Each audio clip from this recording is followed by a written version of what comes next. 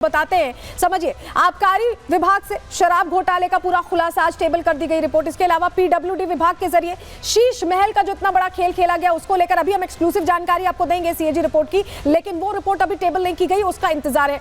स्वास्थ्य विभाग में मोहल्ला क्लिनिक में गड़बड़ियां की गई, टेस्ट कराए गए।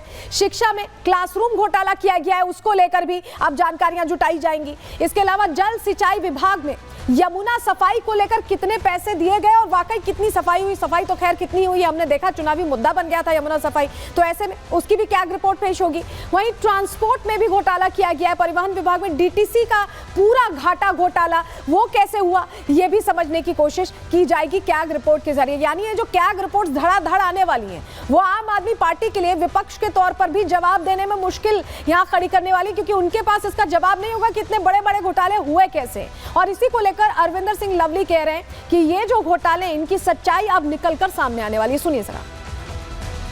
पिछले 10 साल से हाउस में सीएजी की रिपोर्ट टेबल नहीं हुई। जो पार्टी अन्ना हजारे जी का आंदोलन पे बनी हो, यानी कि वो आंदोलन क्यों हुआ था कि सीएजी रिपोर्ट में ये आया था कि भ्रष्टाचार हुआ है।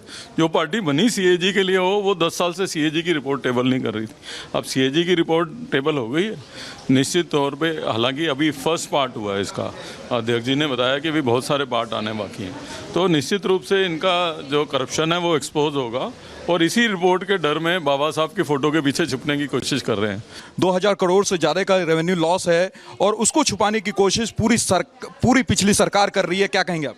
दुर्भाग्य है और मैं समझता हूं कि पर अब समय दूर नहीं जब दूध का दूध पानी का नहीं होगा। और निश्चित रूप से ये सीएजी की रिपोर्ट जो है और बाकी के पार्ट्स जो सीएजी की रिपोर्ट के हैं वो पूरी तरीके से इनके करप्शन को एक्सपोज करेंगे। देने से लेकर के टेस्टिंग तक के उसमें भी घोटाले किए गए। देखिए, मैं अभी इसलिए कमेंट नहीं कर रहा हूं कि सीएजी की रिपोर्ट अभी मिली है, इसको ग्रहण करेंगे, लेकिन मोटा मोटी ऊपरी ओप से देखने में आता है कि ये सरकार पूरी तरीके से लिप्त है।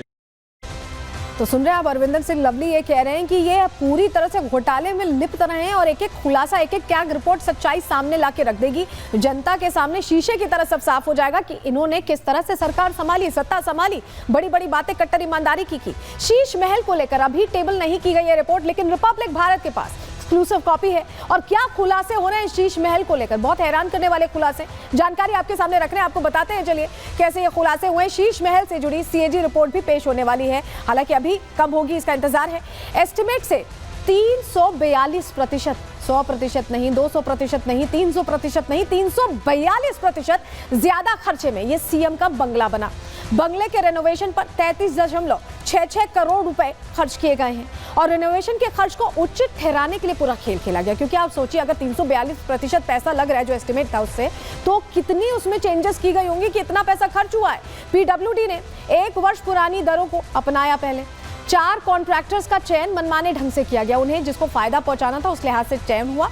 बंगले का दायरा 1397 वर्ग मीटर से 1905 वर्ग मीटर किया गया। ये आप पहले समझ लीजिए कि ये बिल्टअप एरिया है, जहां घर बना हुआ है, जहां पे रहने की व्यवस्था है। अगर आप पूरे एरिया की बात करें तो 4778 पहले था पूरा। अगर पूरे घर की प्रेमाइसेस को भी देखें, जो बाहर का आउटडोर एरिया है, सब कुछ अगर आप कवर कर लें तो 4778 था। और जब इसे बड़ा कर दिया गया तो ये 6974 वर्ग मीटर हो गया। ये ओरिजिनल पूरा बढ़ गया। और बिल्टअप एरिया हमने आपको बताया कितना है, उसमें 1905 वर्ग मीटर कर दिया, इन्होंने बढ़ा दिया उसे। रेनोवेशन में टेंडर प्रक्रिया को फॉलो नहीं किया गया, टेंडरिंग नहीं फॉलो की गई, जिसको पसंद आया उसे कॉन्ट्रैक्ट दिया गया। घरेलू उपकरण लगाने में 18.88 करोड़ रुपए खर्च किए गए, 18 करोड़ 88 लाख। इस खर्च को एक्स्ट्रा आइटम्स के रूप में दिखाया गया, ये नहीं बताया गया कि घर में सामान लगाए गए हैं, ये एक्स्ट्रा आइटम्स के तौर पर यहां बताया गया। हमारे सहयोगी मृदुल शर्मा पहुंचे, क्योंकि बीजेपी इस बंगले को खोलकर जनता के सामने रखने वाली थी, पत्रकारों के सामने रखने वाली थी। हमारे सहयोगी पहुंचे, रिपोर्ट उन्होंने क्या तैयार की दिखा रहा है।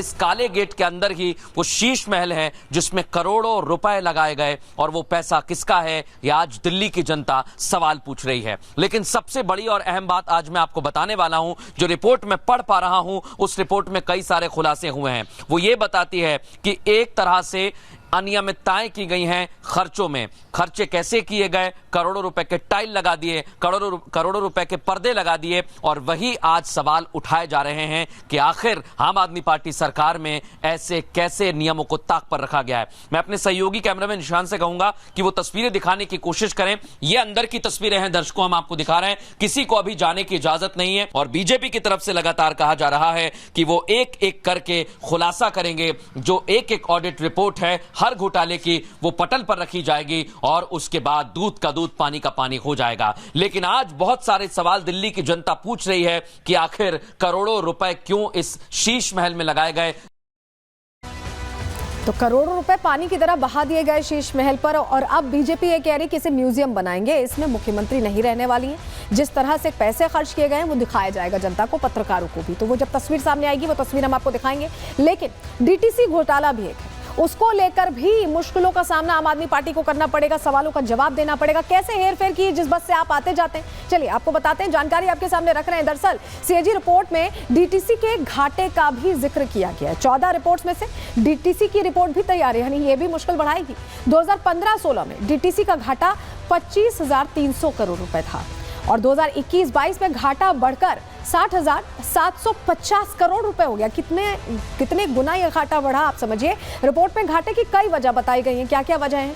कम बसों की संख्या और किराया न बढ़ना बताया गया है। इसके अलावा डीटीसी की योजनाओं की कमी बताया गया है, उसको लेकर कोई एक्शन प्लान नहीं बना आम आदमी पार्टी सरकार में।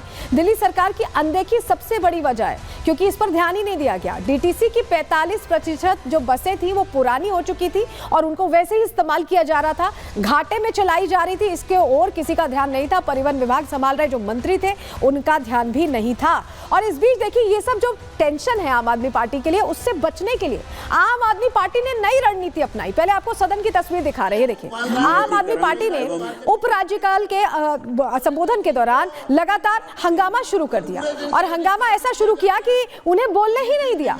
उसके बाद स्पीकर ने कार्रवाई की और निलंबित करना पड़ा, क्योंकि जिस तरह का हो हंगामा हो रहा था, राज्यपाल साहब बोल ही नहीं पा रहे थे। उपराज्यपाल सुनवा रहे हैं एक बार आपको। आतिशी सिंह को पूरे दिन के लिए बाहर किया जाए।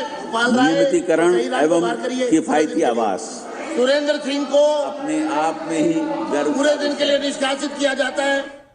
देखिए, पहले से निर्धारित था कि रिपोर्ट आज सीएजी की पेश होनी है। 14 नहीं, एक ही रिपोर्ट पेश हुई, और उसके बावजूद क्या ये रणनीति थी रिपोर्ट पेश होने के दौरान बचने की, सदन से बाहर रहने की? ये हम क्यों कह रहे हैं, समझिए। दिल्ली विधानसभा में जोरदार हंगामा हुआ। हमने आपको तस्वीर दिखाई कि कैसे लगातार उपराज्यपाल बोलने की कोशिश कर रहे थे, उस दौरान हो हंगामा करते दिखाई दिए आम आदमी पार्टी के तमाम चेहरे। और यहाँ पर नेता विपक्ष लीड करते, रास्ता दिखाते दिखाई दी, वो जमकर हंगामा कर रही थी। एलजी के अभिभाषण के दौरान ही यह हंगामा हो रहा था, यह हल्ला हो रहा था, और स्पीकर के समझाने के बावजूद ये नेता रुके नहीं। हंगामा कर रहे विधायकों पर ऐसे में स्पीकर ने एक्शन ले लिया। आतिशी समेत 8 विधायक सस्पेंड कर दिए गए। बाबा साहब की तस्वीर हटाने को लेकर ये हंगामा कर रहे थे। ये इन्होंने नैरेटिव पेश करने की कोशिश की कि तस्वीर हटाई गई और उसको लेकर सवाल वो कर रहे हैं, और इसी पर हो हंगामा होता दिखाई दिया। और हंगामा वहीं तक नहीं थमा, जब इन्हें बाहर कर दिया गया, कार्रवाई से एक दिन के लिए निलंबित कर दिया गया, तो ये बाहर बैठ गए। ये देखिए, बाबा साहब की तस्वीर लाकर तमाम जो चेहरे, आतिशी लीड कर रही हैं यहाँ पर, और निलंबन के बाद ये बाहर बैठ गए, प्रदर्शन करने लगे। ये तस्वीर निलंबन के बाद की है, जहां इस मुद्दे पर शोर मचाया गया और जोरदार प्रदर्शन शुरू हो गया।